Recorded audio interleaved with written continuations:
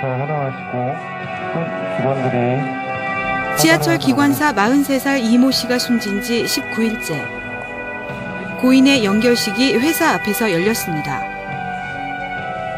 차마 믿기 힘든 가장의 죽음. 나오셔서 활용하시겠습니다. 유족들의 오열 속에 그는 자신의 일터와 마지막 작별을 고했습니다. 두 아이의 자상한 아빠였던 그는 왜 자신의 동료가 운행하던 열차에 몸을 던져야 했을까? 전혀 안 받아주고요. 면담도 없었고요. 예, 뭐 상태가 어떠냐 이런 것도 물어보신 분도 없고요. 이 씨가 알았던 질환은 공황장애. 이 병을 앓다 숨진 기관사는 지난 2003년 이후 3명으로 늘었습니다. 어두운 지하 터널에서 매일 혼자서 운전하는 지하철 기관사들. 몸이 아파도 제때 쉴 수조차 없다고 털어놓습니다. 병가를 내고 싶었는데 탈 사람이 없어요. 탈 사람이 진짜 없는 거예요. 그럼 어떻게 타야죠. 죽고 싶다고 죽을 것 같다 이렇게 얘기하는 분들도 있어요. 하지만 불이익이 두려워서 다른 부서로 가고 싶어도 가지 못해서 이 같은 고통을 숨긴 채 오늘도 지하철을 운전하고 있습니다. 각 역사마다 많게는 하루 수십만 명씩이 이용하는 지하철. 대부분 단 한 명의 기관사가 운행하고 있다는 사실 혹시 아십니까? 어두운 지하 터널을 나홀로 운행하는 기관사들은 심각한 정신질환을 앓는 경우에도 대부분 이를 숨긴 채 지하철을 계속 운행할 수밖에 없다는데요. 죽음의 공포로도 불리는 공황장애. 얼마나 많은 기관사들이 고통을 겪고 있는지, 또 승객의 안전과 이들의 건강을 위한 대책은 무엇인지 취재했습니다.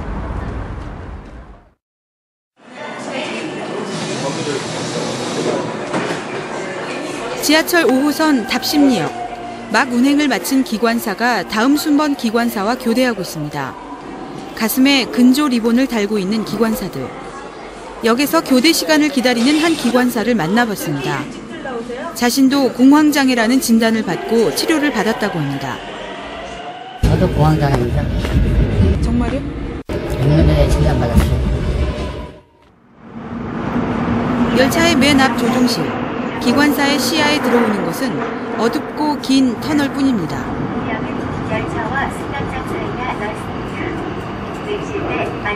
끝이 없을 듯 이어지는 어두운 공간. 지하철 5호선과 6호선은 이처럼 햇빛을 볼 수 있는 구간이 전혀 없습니다. 특히 5호선의 총 구간은 40.2km. 한 번 근무에 3시간 넘게 이 같은 터널 속을 운행합니다. 기관사들이 가장 기피하는 노선으로 최근 자살한 기관사도 이곳을 운행했습니다. 그런 생각이 나올 때마다 잘라져 제가 머릿속에서. 근데 그게 그 생각이 자른다고 해서 잘라지는 건 아니고. 열차는 열차입니다. 방면으로 가실 손님께서는 열차를 갈아타시기 바랍니다. 열차는 CCTV로 승객들이 모두 내리고 탔는지 꼼꼼히 확인하고 열차 문과 스크린 도어까지 닫습니다. 조종실 기관사는 단 1명. 지하철 운전과 출입문 관리, 안내방송과 승객들의 민원 처리까지 모두가 1명이 감당하는 몫입니다. 조금 더우면 덥다. 조금 추우면 춥다. 그럼 누가 부거랭이 한다. 이런 것이 이제 동시에 막 3-4가지씩 오는 거예요. 그럼 그 사람 정상인이 아니면 뭐 그 한 번에 처리하는 게 상당히 힘든 거죠. 예를 들면 이따금 차량 고장 등 문제가 생겨도 혼자서 해결해야 하는 상황. 사람이 불쑥 선로로 뛰어들지는 않을지 이른바 자살 공포에 대한 불안감도 큽니다. 한 번 사고가 나면은 그래서 뭐 이렇게 출입문 확인을 못했거나 이러면은 회사에서는 좀 상당히 좀 이 사람을 바보처럼 만든다거나 뭐 그렇게 또 징계를 주거나 이런 경우. 특히 기지에 열차를 세우고 1박을 하는 이른바 주박 근무가 가장 힘들다고 기관사들은 말합니다. 제가 봤을 때 힘들거든요. 그 한 2-3시간 그리고 잠 좀 못 주무시는 분들이 많은데 그렇게 이제 거의 날을 새가면서 그게 아침에 그 아주 온전한 상태에서 안전운행을 하기는 사실 좀 무리가 있는 것 같아요. 근데 이 같은 근무 체계도 매일매일 달라져 생활이 불규칙한 상황. 심지어 근무 시간 외에는 회사 차원에서 봉사활동까지 하도록 하는 경우도 있어 맘대로 쉴 수조차 없다고 말합니다. 비번날 끝나면은 봉사활동이라는 게 있잖아요. 뭐 일정 시간, 20시간 뭐 이렇게 이소를 안 하면은 뭐 또 근평에 약간 브레이크를 주고 이런 게 있어요. 대체 인력이 부족하다 보니 필요할 때 병가나 휴가를 쓰기도 어렵다는 기관사들. 종종 정신적 한계에 직면한다고 말합니다. 오늘 너무 몸이 안 좋고 정말 내가 이게 신경도 건져서 이러는데 정말 운전을 해야 돼. 그러다가 솔직히 마음만 먹으면 대형 사고가 이게 한두 명이 죽는 게 아니라 몇백 명, 몇천 명까지 죽을 수가 있거든요. 지난달 12일 역사가 붐비기 시작하는 출근 시간. 새벽 근무를 마친 기관사 이모 씨가 제복을 입은 채 선로로 뛰어듭니다. 이 씨가 지하철 운전을 마친 지 불과 10분 만의 사고. 이 씨는 숨지기 전날 밤 부인과 마지막 통화를 했다고 합니다. 지금 끝나고 고더 기지에 들어간다 하면서 내일 아침에 운동하고 12시쯤 도착할게. 이게 전화통화 마지막이었어요. 예. 이 씨는 평소 다른 장소를 가도 지하에 가는 것을 꺼리는 등 정신적 고통을 호소했다고 합니다. 찜질방 같은 데를 가도 지하 있는 데는 기피하고 그런 데를 안 가려고 했었고요. 놀이동산을 갈 때에도 롯데월드를 가면은 그 안에 안 있고 바깥으로 추워도 바깥에서. 지난해 병가를 내서 병원 치료를 받았고 지난달 내근직으로 전직 신청도 했지만 받아들여지지 않았습니다. 당시 이 씨의 병원 기록, 공황장애 진단을 받았습니다. 하지만 회사에 제출한 진단서에는 다른 병명만 적혀 있고 공황장애 기록은 삭제돼 있습니다.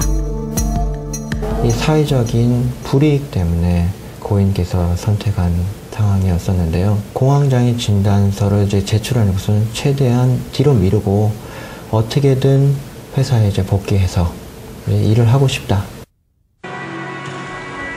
이 씨는 왜 자신의 질병을 숨겼을까? 공황장애를 앓고 있고 병가도 쓰고 이거를 회사 측에서는 뭐 업무 실적 부진한 사람이라고 표현을 하면서 그쪽으로 인사발령을 내서 퇴출을 시켰던 적이 있었습니다. 기관사 구조조정이 시작된 것은 외환 위기를 겪던 지난 1998년. 이후 2003년에는 기관사 서모 씨가 근무를 마친 후 지하 선로를 걷다 열차에 치여 숨졌고 임모 기관사는 고향에서 바다에 투신해 숨졌습니다. 두 명 모두 공황장애를 앓고 있었고 서 씨는 산업재해 승인까지 받았습니다. 화려한 행사장에서 갑자기 발작을 일으킨 남성이 화장실로 뛰어들어가 고통스러워합니다. 이 드라마 주인공이 앓고 있는 병은 공황장애와 우울증. 어떡해요? 최근에는 인기 연예인들이 실제 이 병을 앓고 있다는 사실을 고백하기도 했습니다. 진단을 받고 이 공황장애란 병의 어떤 진단을 받고 제가 약을 먹은 지가 한 4개월 정도 됐어요. 병명이 공황장애였나요? 그 증상이 그래요. 그 증상은 어떤 거예요? 그러니까 일어나지도 않은 일을 제가 혼자 다 상상을 하고 걱정을 하고 죽이려고 이렇게 막 오지 않을까 그런 느낌 때문에 공황장애 환자의 뇌를 PET 촬영한 사진입니다. 붉은색으로 표시된 부분의 뇌 기능이 일반인들에 비해 떨어져 있는 것을 확인할 수 있습니다. 우리 뇌에서는 감정을 조절하는 편도핵이 다른 부위들을 자극해 공포감을 느끼고 혈압과 심장 박동이 올라가게 됩니다. 하지만 실제 위험 대상이 없는데도 갑자기 이상 반응이 일어나는 겁니다. 내가 어떤 비상 상황이 생겼을 때 나를 도와줄 누군가가 옆에 있어야 된다. 그렇지 않으면은 그 사람이 없으면 난 나갈 수가 없는 거예요. 그러다 보면 이제 생활이 점점 위축되고 하다 보니까 우울증이 오는 경우가 많아요. 실제로 지난 2003년 무려 200명 가까운 사망자가 발생한 대구 지하철 방화 사고. 당시 불이 난 지하철에는 기관사가 한 명뿐이었습니다. 허술한 방제 시스템과 중앙사령실의 판단력 부족 등 여러 가지 문제가 피해를 키웠지만 기관사가 2명이었다면 이 같은 대형 참사는 피할 수 있었다는 게 당시 지적된 문제였습니다. 서울 지하철 8개 노선 가운데 도시철도공사가 운행하는 5, 6, 7, 8호선은 기관사 1명이 운행하는 1인 승무제. 반면 서울 메트로 측의 1, 2, 3, 4호선에는 기관사 2명이 함께 탑니다. 수동운전 방식인 1에서 4호선과 달리 자동 운전 방식을 적용하기 때문이라고 공사 측은 설명합니다. 최신 기술을 이용해서 통신과 관제 설비 이런 부분들이 하나의 유기적인 시스템으로 구성해서 자동 운전 시스템을 도입해서 운영하고 있습니다. 저희 공사 이후에 창립 이후에 설립된 여러 공사도 1인 직무 시스템, 자동 운전 시스템을 사용하고 운영하고 있습니다. 또 기관사 2명을 태우려면 연간 240억 원의 인건비가 추가 소요된다고 밝혔습니다. 하지만 공사 측은 지난해까지 기관사가 1명뿐인 이들 노선에서도 수동 운전을 하도록 했습니다. 자동 운전 방식으로는 승객 민원이 많았기 때문이라는데 결과는 잇단 정차 사고로 이어졌습니다. 달리던 지하철이 갑자기 역주행하는 황당한 일이 벌어졌습니다. 작년에 되도리 운전하는 사람도 개인적인 문제가 여러 가지 문제가 있었던 사람이에요. 두 번째 되도리 운전하는 사람은. 그러니까 딴 생각하다가 정류장을 지나친 거란 말이에요. 일본에선 자동 운행 방식이라고 해도 전동차 양수가 8량 이상이거나 여객 혼잡도가 일정 기준 이상일 경우 기관사 2명이 타도록 하고 있습니다. 취재 파일팀은 삼성 서울병원과 공동으로 도시철도공사 소속 기관사들에 대한 심리검사를 실시했습니다. 이번 검사에는 전체 800여 명 가운데 248명이 참여했으며 응답자의 불이익을 우려해 익명으로 이루어졌습니다. 지난 한 주 동안 공황 발작을 경험한 사람은 경미하게 느낀 경우를 포함해 전체 29%, 공황 발작에 대해서는 고도 1명, 중등도 9명, 경도 36명 등 전체 18%인 46명이 심각하다고 답했습니다. 불안 민감도에 대해서는 심혈관계 20%, 호흡기 15% 등 전체 평균 11%가 특정 증상에 민감하게 불안함을 느낀다고 답했습니다. 이번 검사는 자가 진단으로 이루어져 정확한 유병률로 보기는 어렵지만 기관사들의 건강과 관련해 의미 있는 결과로 해석됩니다. 기관사들이 느끼는 불안감과 이런 신체적 증상이 결합될 경우에 불안이 조금 더 가중돼서 심각한 증상을 경험하거나 공황장애로 이행해 갈 가능성도 있을 것 같습니다. 따라서 이에 대한 정확한 교육이 같이 병행되어야지만 조금 더 심각한 상태로 이행하는 것을 막을 수 있지 않을까 싶습니다.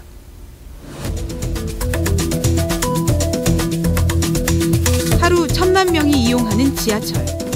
기관사들이 아파도 쉬지 못한 채 운전을 계속하거나 병을 숨기지 않도록 전체 기관사에 대한 건강 진단과 전직 보장 등 합리적인 대책 마련이 절실해 보입니다.